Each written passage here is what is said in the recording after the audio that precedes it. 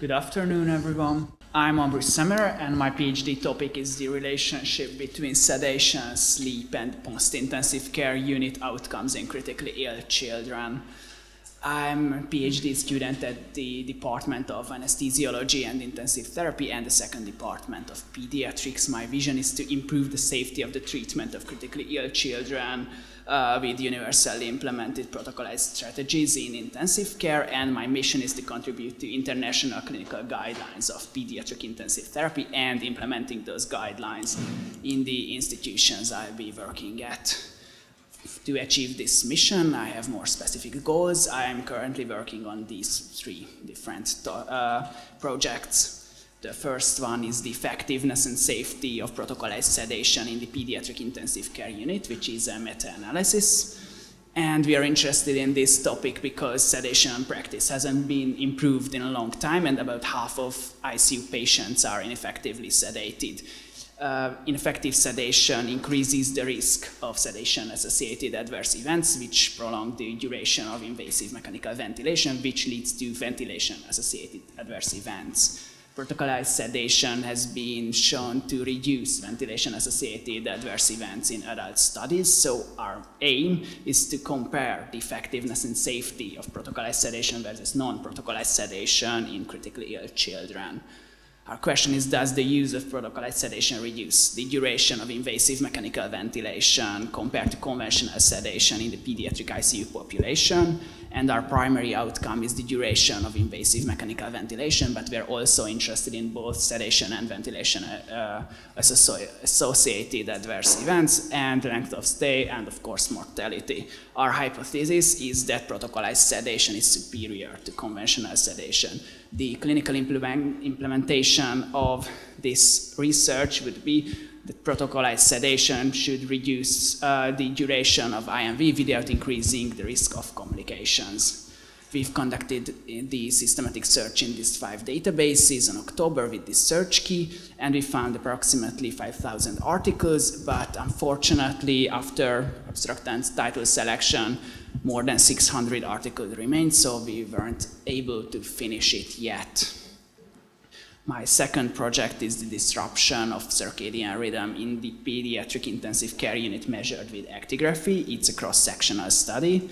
We are interested in this topic because there are several pharmacological, physical, environmental, and endogenous factors that can disturb the circadian cycle in the pediatric ICU, and the integrity of the circadian cycle is critical in developing adequate immunologic response and has a role in neurocognitive development.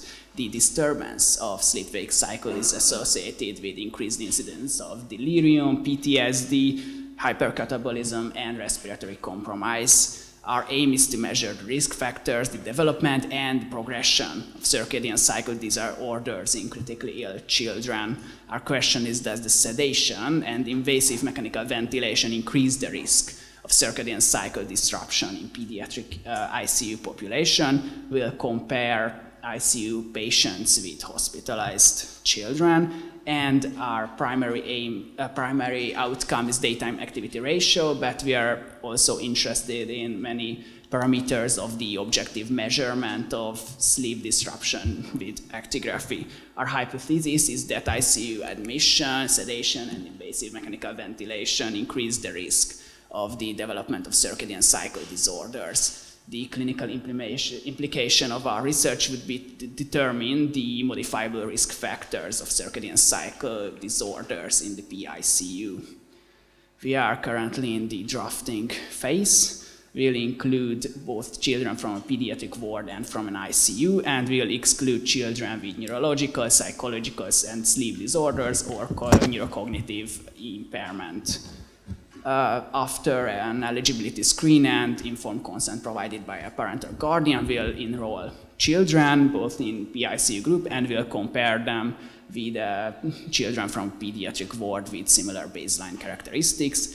We'll measure light and noise levels, and using actigraphy with a 3-axis accelerometer and with measuring heart rate variability, skin impedance, and several other factors. We'll measure the progress and the development of sleep disruption. We'll also measure melatonin metabolite levels. As I said, our outcomes are the objective measurements of sleep disruption with actigraphy. My third project is the disruption circadian rhythm in the pediatric intensive care unit and its relationship with psychological outcomes. It's a prospective observational study.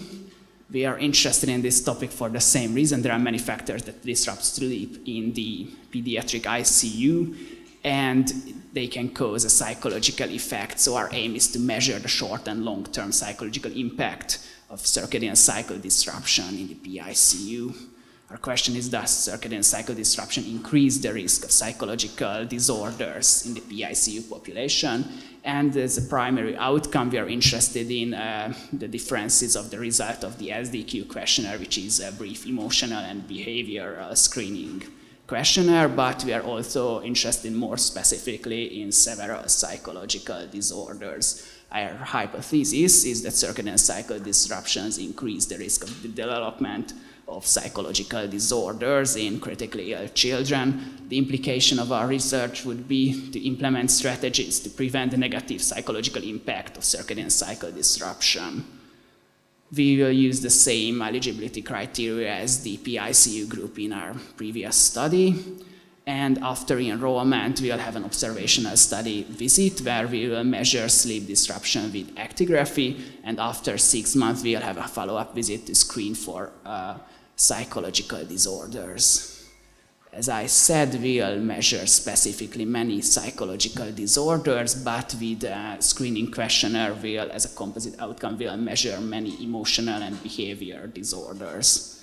So as an overview, you can see all my topics and my planned submission dates. And as to conclude my presentation, I will use this quote from the poet Dylan Thomas, which I think best describes the feeling of critical illness and sedation. Do not go gentle into that good night.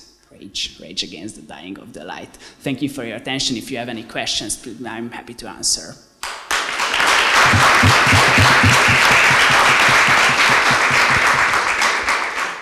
Thank you for your presentation. I would like to have a question about your first project.